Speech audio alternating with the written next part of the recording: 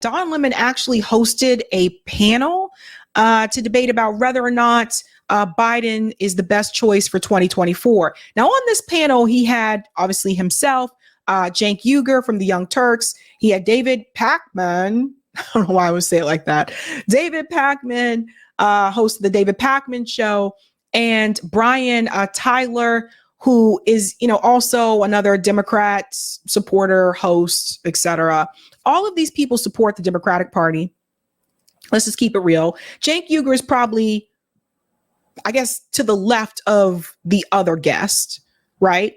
But in the end of the day, they're all supporting the Democratic Party. So just keep that in mind. We're going to play some of this. I want to start from the very beginning because it really bothered me when Don Lemon actually described them a certain way. Let's get into this, and I'm going to show you how this is laughable at best.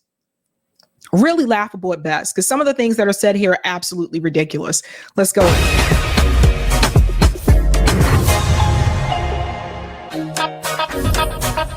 And here we are.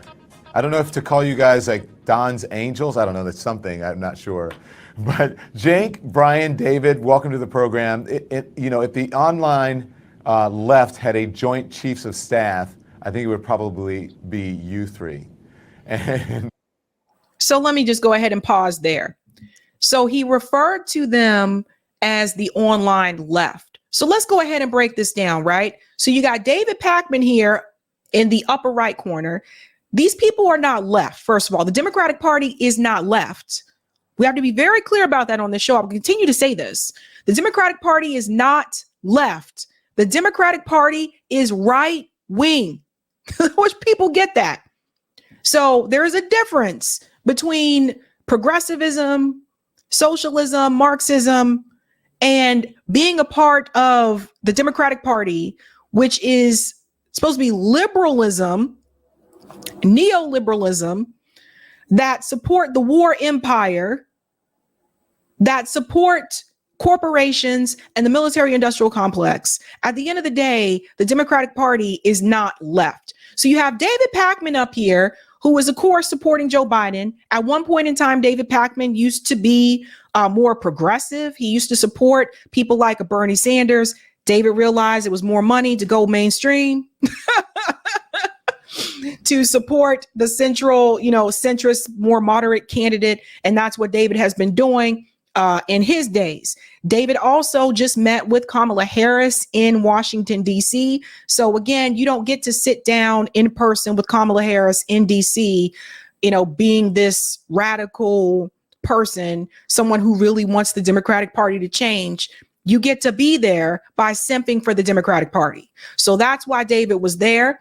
Then, of course, you have Brian Tyler Cohen. So he is the gentleman here, bottom right corner. He actually has interviewed people like Nancy Pelosi. You don't get to interview Nancy Pelosi, and he did it in person, unless you were out here defending and carrying water for the Democrat Party. And I mean the Democrat establishment part of the party. So just keep that in mind. And then you have Cenk Uygur from the Young Turks, who's probably to the left of all of them. I will say that. But in the end of the day, Cenk is also going to support the Democratic Party as well, which he'll mention here. He'll allude to that in just a second. So we're going to dive in here about whether or not to support Joe Biden. And this is where it becomes hilarious for me, folks. Some of the comments that you have made in recent days, you've been incredibly critical of President Joe Biden here. In recent days, you have even gone as far to suggest that you would vote for RFK Jr. instead of Biden. Really? Yeah, I'm considering it. I don't know why people get so outraged by this. And I know part of it is that it's a binary world. So when you say you're dissatisfied with Joe Biden, people go, oh, so you love Donald Trump? No, I hate Donald Trump. I don't know that anybody hates Donald Trump more than I do. Having said that, that doesn't mean that Joe Biden doesn't have an awful, immoral, genocide-supporting policy in Gaza. And I'm disgusted by it, and any decent person should be disgusted by it. So what am I supposed to say? Like, oh, Joe Biden's so great. No, I don't do propaganda. Joe Biden sucks, and his corruption is the same as all of the establishment Democrats and establishment Republicans. They take hundreds of millions, actually in the case of Biden, billions of dollars in corporate campaign contributions and pretend that the contributions don't matter to them. So I'm Pause. So let's go ahead and call something out here, which Cenk is actually just exposing himself.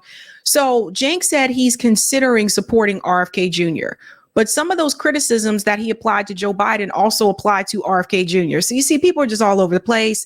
So Cenk Uygur is telling you here that obviously he takes issue with Biden's being complicit with the genocide in Gaza, which I think a lot of us do, right? I have a problem with that as well. I don't support Joe Biden either. But then you go and say that you're thinking of supporting RFK Jr. RFK Jr. is to the right of Joe Biden on Gaza. Make it make sense, folks. Doesn't make sense. He talks about Joe Biden being corrupt, taking big money, but RFK Jr. has a super PAC. RFK Jr. is taking money from billionaires. So Cenk is contradicting himself. This makes absolutely no sense to me, right? The only reason I believe that Cenk is supporting RFK Jr. is because RFK Jr. is polling significantly well for an independent candidate. I believe that if RFK Jr. were polling at like 4%, he would not be considering supporting RFK Jr., right? If your issue is the war in Gaza that you have with Joe Biden, and of course, you know, Donald Trump would also be poor on this issue as well, then why aren't you supporting someone like a Jill Stein, who is actually going to have the most ballot access, does have the most ballot access, and comes correct on this issue with Gaza? Because he's considering jumping on the RFK train because he is polling the way that he is. Walking contradiction. Let's go on. Not ever going to grab pom-poms and cheerlead for Joe Biden. Now, in terms of RFK Jr., I'm not saying I'm going to vote for him. I'm saying I have begun to consider it. He's crazy on vaccines and conspiracy theories, etc. At the same time, he doesn't come in with a giant amount of corruption baggage. Like, pause. Notice he didn't say that anything about RFK Jr.'s position on Gaza. Now, Cenk has debated multiple people about Gaza. He has been on Piers Morgan's show to debate Zionists about Gaza. But notice when he mentions the problems that he has with RFK Jr., he does not mention Gaza at all. I hope everybody is paying attention to what's happening here. Exactly. Rose says, make up your mind. Exactly. Biden and Trump do. So that's just reality. And then where does that leave me? I don't know. I'm going to see how the campaign plays out. You have said that Joe Biden has been, quote, corrupt his whole life. I mean, what evidence do you have that Joe Biden is corrupt? 100% corrupt. I have overwhelming evidence. But I don't want people to think that I'm picking on Joe Biden as he's the only politician who's corrupt or that he's personally corrupt. I'm talking about systemic corruption. The problem with Donald Trump is he's personally corrupt and he can't wait to take money from Saudi Arabia and all these other places. We get that. We all understand that, right? But so are we just going to forget about Joe Biden's business dealings in Ukraine? We're just going to forget about Joe Biden and Hunter Biden's business dealings in Ukraine? So let's talk about this, folks. Personal corruption versus institutional corruption. They're both corruption.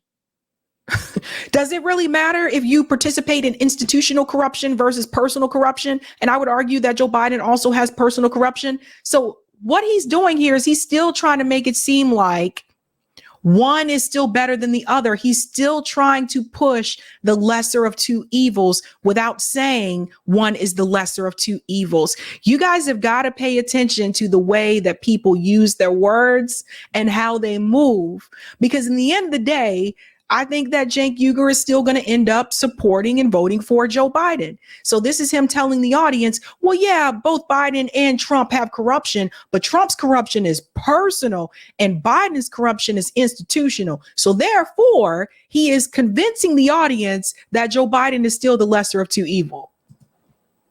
When it comes to Biden, people in mainstream media and the Democratic Party make what I view to be a totally insane statement, which is, no, he might have taken $1 billion from corporate contributions, but he doesn't owe them any favors. And he doesn't let those donors affect him at all. Look, that's just nuts. So here I'll give you an example of the thing that I'm most animated about these days, which is Gaza. He's taken $11.2 million from AIPAC. I mean, I'm curious what you guys think, but I think it's mental to think that he doesn't. Before I move on, But you're thinking of supporting RFK Jr.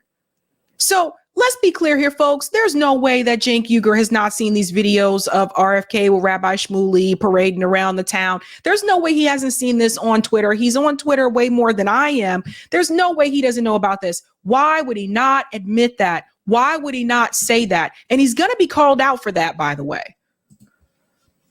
I understand that. Listen, I get it that you're upset about Gaza. That is understandable. A lot of people are upset, and a lot of people have questions about policy as it relates to Israel and what's going on with Gaza. But to say that Joe Biden is corrupt, maybe he's taking advantage of a system that's already in play. But again, I'll ask you, what evidence do you have that Joe Biden is corrupt? Don, look, this is the thing that Now you have Don Lemon making excuses for Joe Biden being corrupt.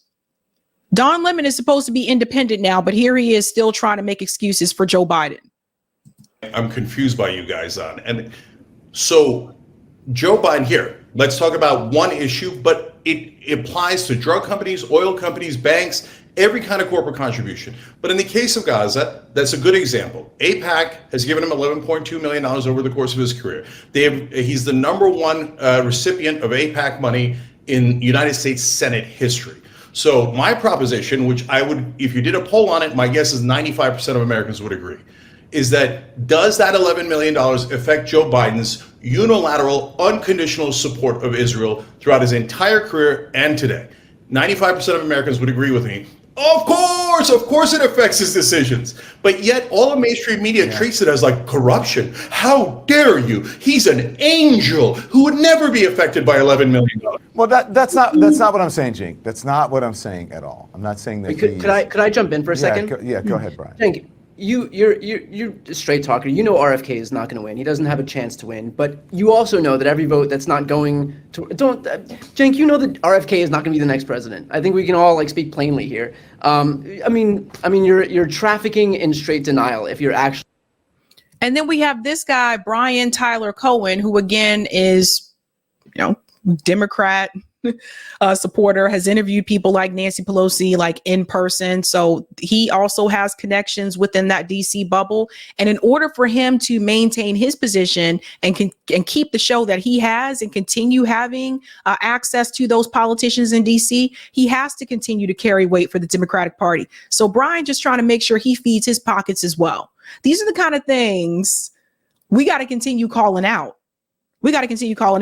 So even though I don't support RFK Jr.'s campaign, what's interesting is that Brian said, this guy's not going to win. So you're only supposed to support something unless you know for sure it's going to win, unless you know for sure it's going to work. If that were the case, we would have never been able to build movements in this country. You think every time there was a protest or every time there was a strike, people knew for sure it was going to work? Most of the time it didn't. Most of the time there had to be multiple strikes that happened after that for the workers to get what they want. Most of the time with these movements, there had to be multiple protests, multiple boycotts for people who are activists to get what they want. So here's Brian basically telling you that he's not a fighter. Brian's not a fighter. Brian is not willing to actually fight for anything. Brian wants a winning ticket. He wants to go with what he knows is going to work. Don't be like Brian. Claiming by shaking your head that you think that RFK Jr. has a chance. Well, I think just to if we're going to ask questions, I would say what are the 5 states he's most likely to have a shot in? Maybe we could start narrow. Yeah, guys, look, here's the deal. Do I know that third-party candidates have a very, very low chance? Jill Stein, Cornel West, and every other election. Of course, they have no chance. I'm not a person who denies reality in any way, shape, or form. Having said that, this election is kind of like the Ross Perot election, where a third-party candidate actually has a legitimate chance because both of the candidates are despised. So if a Mark Cuban or a Jon Stewart were to come in, I think they win the whole damn thing. RFK Jr. is a pretty weak candidate, so he has a much lower chance. But even so, he's polling at 10, sometimes at 20%. So if you think that has no chance, I think you're wrong. Is it a high chance? No, of course not. I have a couple. Go ahead, Brian. Sorry. The broader question I want to ask is knowing that this is very likely not going to happen. you have more likelihood of being able to persuade, to push Joe Biden, especially on these issues that you're passionate about, than you would if Donald Trump became president, which would be the likely outcome by throwing support behind someone like RFK. You think Joe Biden is bad on Gaza? What do you think Donald Trump would do to Palestine, to Gaza, if he became the next president? Hang on, Jake. So here's Brian Tyler Cohen trying to the lesser of two evils of a genocide. So Brian is basically telling you, I understand there's a genocide happening in Gaza, but it would be even worse if Trump were in office. We shouldn't sit up here and debate over the lesser of two evils of genocide. Do you see where this two-party system has gotten us as a country, as a society? We should not have to debate this. It should be common sense and people should use their brain. But again, Brian is saying what he is paid to say. There's a reason why Brian gets to go to DC and sit down with these politicians face to face, because he is supposed to be the one, and you can add Roland Martin to that list as well, to carry water for the Democratic Party and to make sure that he convinces his audience that you do still have to go out there and support them. And that's how he maintains that access. And that's how Brian gets to keep that show. Before you answer, we're all saying this as if, like, from the luxury of a bunch of guys sitting here while abortion bans are being passed across the country. Right. We just talked about an 1864 abortion ban that was just upheld in Arizona. If Donald Trump becomes the next president, then forget Arizona. We're going to have nationwide abortion ban. That is not true. And I don't support Donald Trump, but I don't think that's true. Because what I've seen from him is that he wants to keep it left up to the states. I don't think he would do that. I think he knows better. So you see this? So Brian is here to fearmonger you about Trump derangement syndrome. In California, New York, Vermont. I mean, we have the luxury of not having to worry about that in this conversation right here, but there are women across the country who will lose that luxury by virtue of, imposing purity tests on certain candidates. that is true. That is true. But hang on, Jake. I want David to jump in because I want to Genocide is now a purity test. You guys heard this? hear what he has to say. Yeah, I have a couple of thoughts. I mean, listen, on the RFK math, first of all, I mean, I've been seeing what some of his advisors have been saying. One of them's talking about how his path to victory goes through California. I've looked at the math in California. He'd have to take half of Biden's and 1/3 of Trump's support. I mean, I think that it is a mathematical impossibility. Cenk and I have talked about the math of this before on my show, and we may just disagree about what's likely versus what's probable. On the corruption thing, I actually agree with Cenk that every single person who has been president has both benefited from and accepted the status quo of campaign finance, the way politics is financed, super PACs, all of it.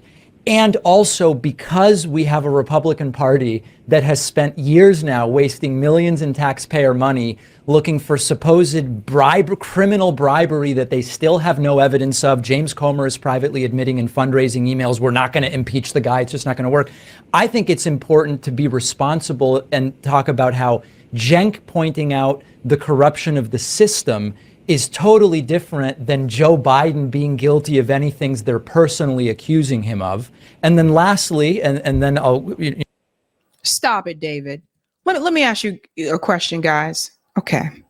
If you participate in the corruption, you are corrupt. When you make statements and say that you would veto Medicare for All bill if it came across your desk, and then you look and see you're getting all this money from Big Pharma, that's a problem. You are corrupt. When you are taking money from the Israeli lobby your entire political career, that is corrupt. Obviously, you are going to legislate in a way that benefits the state of Israel and no one else. There's problems there.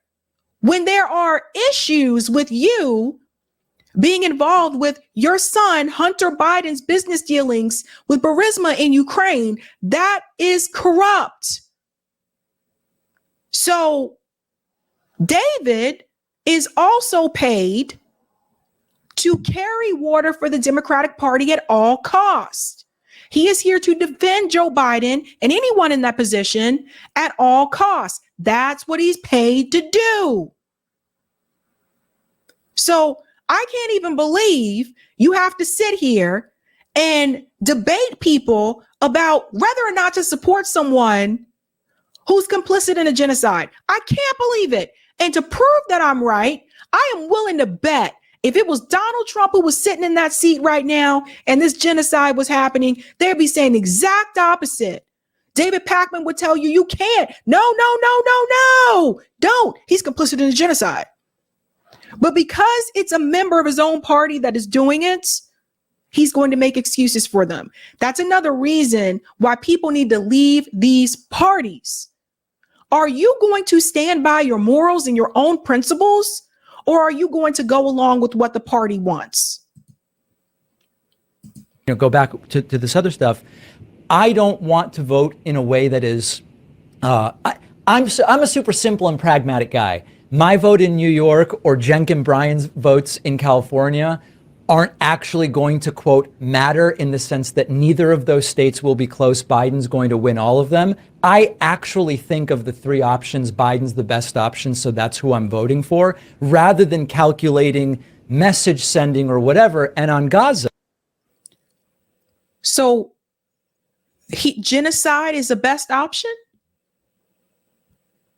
Genocide is the best option. And I want to prove a point. Yes, he's in New York. David Pakman is from Massachusetts, but he's in New York. He lives in New York now, from what I understand. But I want to prove a point. If he knows that his state is going to go to Joe Biden anyway, then technically David Pakman doesn't need to vote for anybody.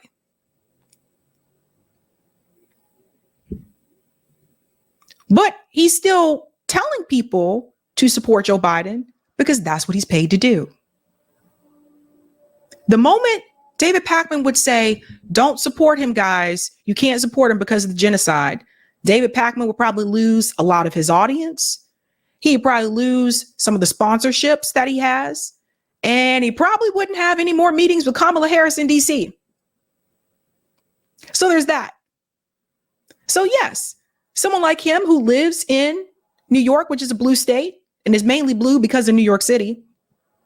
If you go to upstate New York, you'll see a lot of those areas are actually red. It's going to go to Joe Biden. So David doesn't actually have to go and support anyone. And then lastly, and then I'll go back to this other stuff. I don't want to vote in a way that is, I'm a super simple and pragmatic guy. My vote in New York or Cenk and Brian's votes in California aren't actually going to, quote, matter in the sense that neither of those states will be close. Biden's going to win all of them. I actually think of the three options, Biden's the best option, so that's who I'm voting for, rather than calculating message sending or whatever. And on Gaza, if one is concerned about the prioritization of the Palestinian people, RFK would be worse based on everything I've heard him say about the conflict. And he got Cenk there. So I told you he was going to be called out about that. Cenk Uygur was going to be called out because, yeah, that doesn't make any sense what Cenk Uygur said there. How you let David Pakman call you out, Cenk? Like, seriously, it did not make any sense. Trump would be even worse. So even on that, the best option's Biden. Yeah. And Cenk, David is right. When I said that he may be taking advantage of a system that's already in place, he articulated that much better than I did. What people. I just have to debunk something really quick and we'll get back to this. The best option would not be RFK, Biden, or Donald Trump. The best option, if we're looking at how they fare on that issue and ballot access, the best option would be Jill Stein. But there's a reason why they're not mentioning Jill Stein's name. The same reason why you haven't seen Jill Stein on Democracy Now! Like you did last time that Jill Stein ran for office, because they know that she's the one that has the most ballot access, that's running as a third party or independent candidate, and she's the one that is the bigger threat. RFK Jr. may be polling higher, but without that ballot access, that's not going to mean as much when it comes time to vote in November. Jill Stein being a part of that Green Party, she's already got a lot of states in reference to ballot access. And I would pretty much willing to bet she's going to have over 40 states come November for ballot access. That is why they're not mentioning her. That's why they're not including her as a part of this equation. Notice this. Why don't you see Jill Stein on Chris Cuomo's show on News Nation? He's brought Dr. West on multiple times. He's interviewed RFK multiple times. Why hasn't he interviewed Jill Stein? In fact, I would actually challenge Chris Cuomo to interview Dr. Jill Stein. Everybody paying attention to this? All these candidates that have appeared on The Breakfast Club.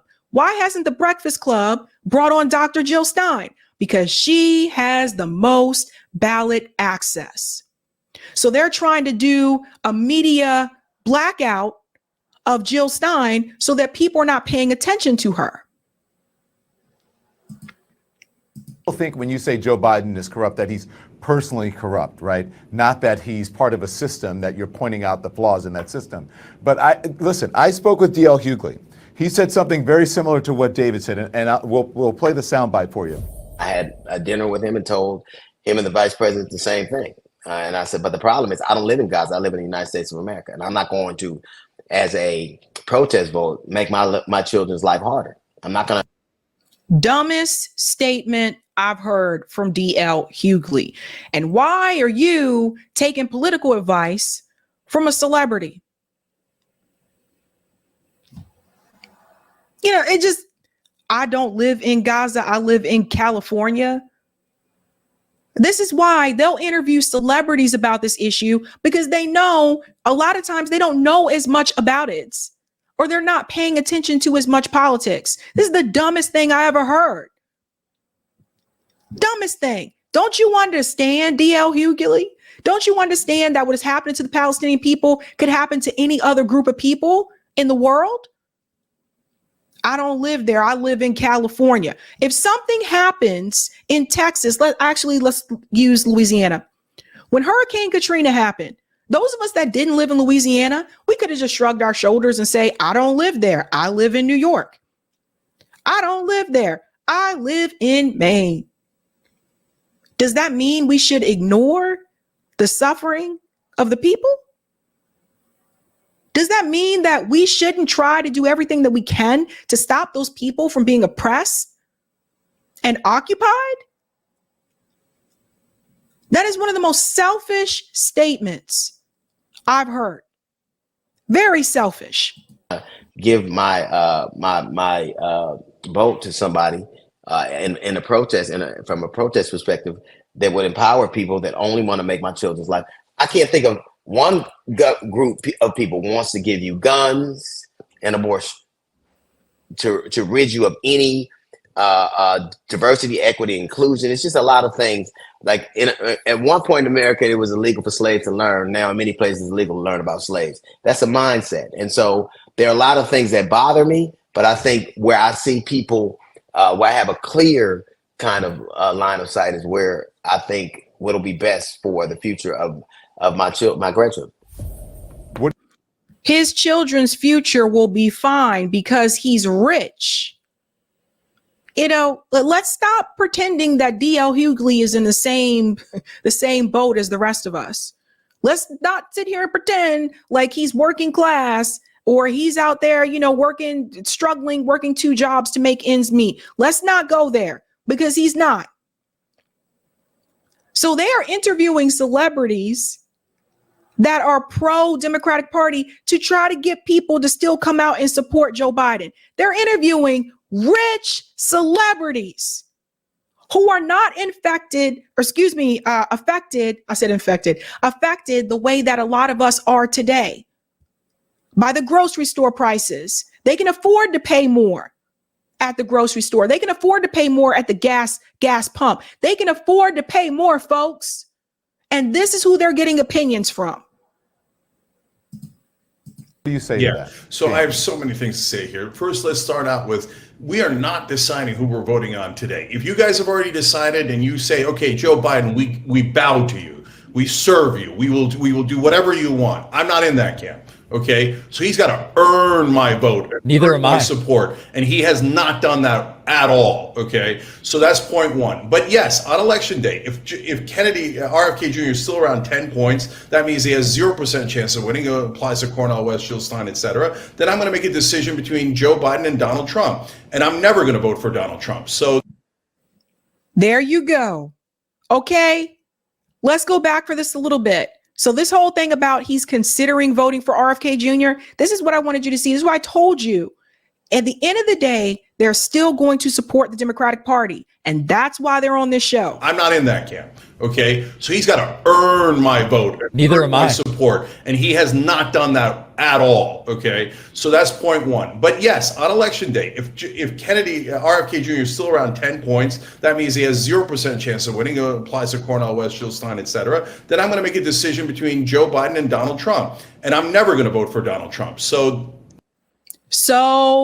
there you go. So as I said earlier, Cenk Uygur is going to tell you to vote for Joe Biden. That's in the end. He is still going to support Joe Biden. All this talk on all these different shows that he goes on to whine and he vents and he says he's upset about Biden in reference to Gaza and all that kind of stuff. None of that is going to matter at the end of the day. He just told you he is still going to support Joe Biden without telling you he's going to support Joe Biden. What did I tell you?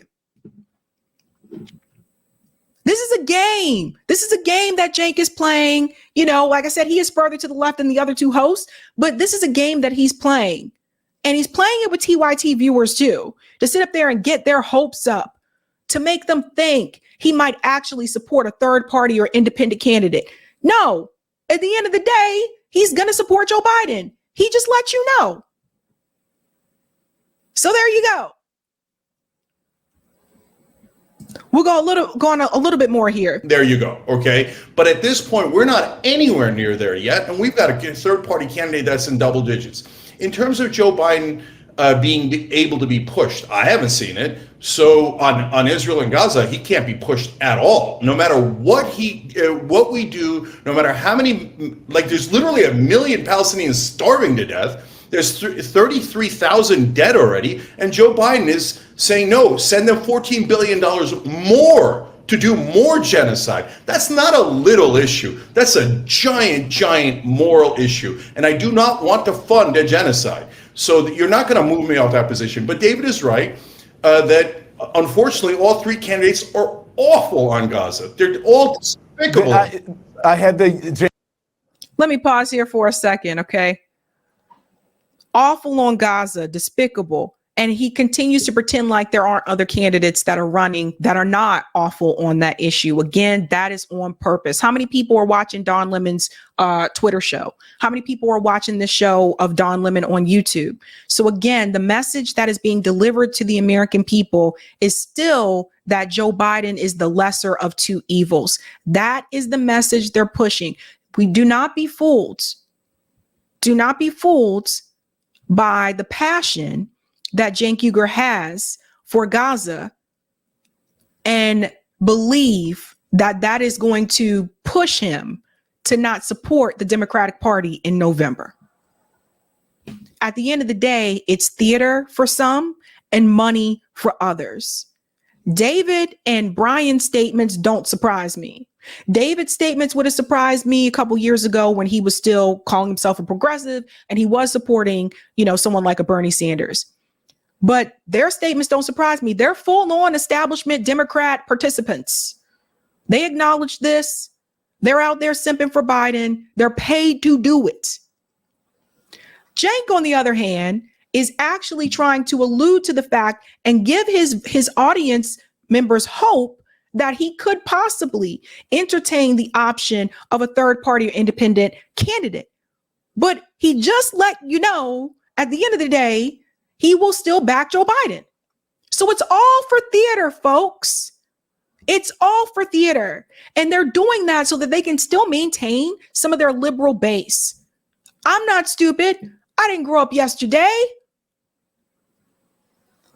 I know exactly what they're doing.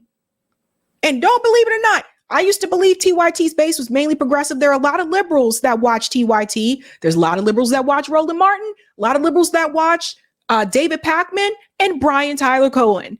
And the moment they were to tell you to move away from that and give the third party independent chance an option, they would lose a lot of that base. And they're not going to risk that at all. So it is what it is. at the end of the day, folks,